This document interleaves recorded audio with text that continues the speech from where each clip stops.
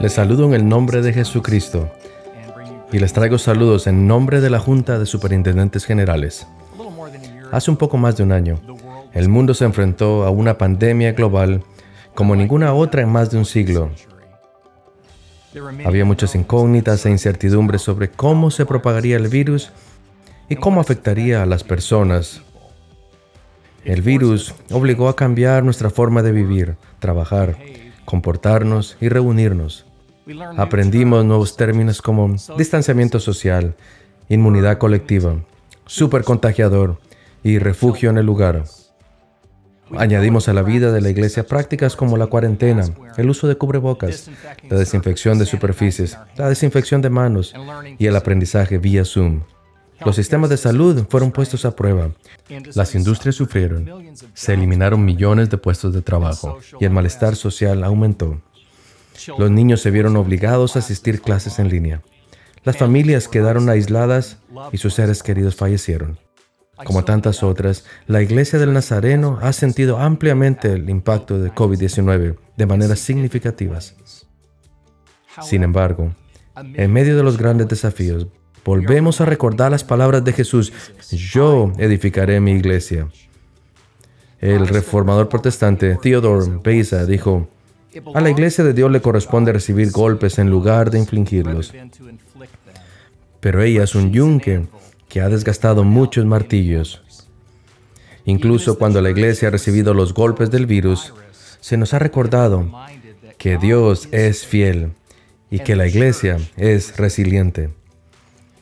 A la luz de estas realidades, la Junta de Superintendentes Generales ha reflexionado en oración sobre las características de una iglesia post-pandémica. Aunque algunas cosas han cambiado claramente y quizá nunca volverán a ser las mismas, también reconocemos que las cosas que primero se percibieron como obstáculos, por la gracia de Dios, ahora se han convertido en oportunidades y puertas abiertas para que nuestra misión se renueve y se perfeccione. Una cosa podemos decir con certeza, que este año se ha reafirmado la verdad eterna de que la iglesia no es un edificio, la iglesia es un pueblo. La iglesia está ahí donde el pueblo de Dios, de manera individual y colectiva, se reúne. Se ha planteado la cuestión del reinvolucramiento de la iglesia en el mundo post-pandémico. Creemos que es importante empezar cualquier discusión sobre el reinvolucramiento diciendo que, aunque la pandemia puede haber restringido nuestras reuniones, no ha cerrado la iglesia. No estamos reabriendo la iglesia, porque la iglesia no se ha cerrado en ningún sentido. De hecho, la iglesia se ha adaptado creativamente de muchas formas para cumplir nuestra misión de hacer discípulos semejantes a Cristo en las naciones. El Espíritu Santo ha guiado fielmente a nuestros pastores, superintendentes, líderes misioneros y laicos hacia la innovación y la adaptación que ha catapultado a muchas congregaciones nazarenas a clarificar sus valores y ministerios centrales, viendo más allá de los ministerios tradicionales que están atados a los edificios físicos. Lo que primero se vio como una interrupción, ahora se ha convertido en una dispersión para la gloria de Dios. A medida que las restricciones de COVID-19 están disminuyendo en varios lugares, creemos que las cuestiones de reinvolucramiento pertenecen principalmente a la coinonía en el culto de adoración presencial, el discipulado y el compañerismo. Los indicadores de cuándo volver a reunirnos en actividades presenciales deben basarse en un equilibrio del contexto de la iglesia local, las respectivas normas de los departamentos de salud y las directrices de las autoridades locales. Al evaluar cómo volver a reunirnos en el culto, el discipulado y el compañerismo presencial, les ofrecemos opciones en la carta de acompañamiento que pueden considerarlas como guías útiles, pero no como enfoques prescriptivos. Esto debe estar en el centro. A medida que la iglesia avanza a una etapa post-pandémica, es importante permanecer enfocados en la misión. Sería fácil volver a las prácticas anteriores al enfocarnos solamente en la reunión como congregación local. Si bien este énfasis es importante, debemos tener en cuenta la perspectiva misionera de la Iglesia del Nazareno cuando pensamos en el reencuentro del rebaño, la sanidad del rebaño y el servicio a los que aún no han sido alcanzados. Recordemos quiénes somos. Somos cristianos. En un mundo de creciente secularismo y analfabetismo bíblico, la Iglesia se enfrenta a una increíble oportunidad de articular la fe cristiana. La pandemia ha dejado a muchos en la sociedad sin esperanza y en busca de respuestas. El auge del humanismo secular ha propiciado un mundo lleno de ansiedad y miedo y hace que la gente crea que debe ser su propio salvador personal. Y la pandemia ha hecho que esto se agrave aún más. Proporcionar una enseñanza cristiana con clara base en la palabra de Dios es una forma de manifestar la esperanza en Cristo a una sociedad angustiada. Segundo, somos santidad. El amor a Dios y el amor al prójimo es la forma más sencilla de definir la vida santa. Es un mundo post-pandémico. A medida que las iglesias comienzan a reunirse de nuevo, vemos una mayor necesidad de enfocarnos en el discipulado. La pandemia reveló algunas de las debilidades de la vida de la iglesia, incluida la posibilidad de un énfasis excesivo en la experiencia de adoración en reunión en detrimento del discipulado integral.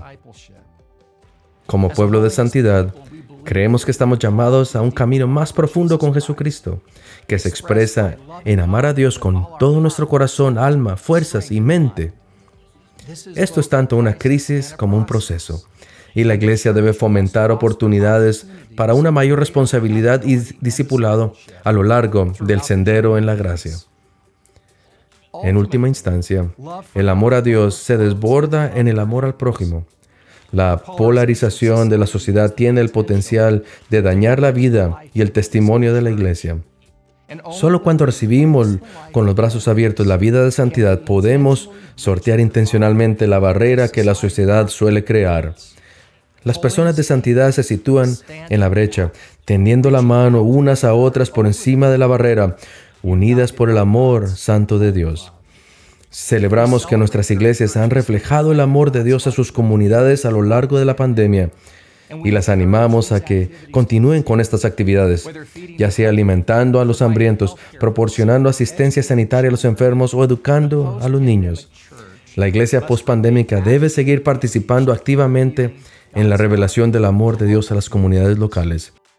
A medida que consideramos el reencuentro de la iglesia, creemos que es vital hacer un énfasis intencional en nuestros jóvenes y niños que, según ha revelado estudios, carecían de interacción durante la pandemia. Finalmente, somos misionales. El desbordamiento del amor de Dios nos ayuda a ser una iglesia misionera que invita a las personas a conocer y experimentar una nueva vida en Cristo. Las expresiones misioneras de muchas de nuestras iglesias serán de naturaleza física y digital. Con la ayuda de Dios, las iglesias prósperas pueden tener expresiones presenciales poderosas y un ministerio significativo y robusto en línea. Un modelo híbrido de ambos puede servir para fortalecer el alcance y el discipulado. El alcance de las iglesias locales ahora puede extenderse más allá de los límites del edificio de la iglesia, de la comunidad o incluso de la ciudad en la que se encuentran. Una iglesia de una ciudad puede descubrir que está ministrando a personas a miles de kilómetros de distancia, posiblemente incluso en otro país.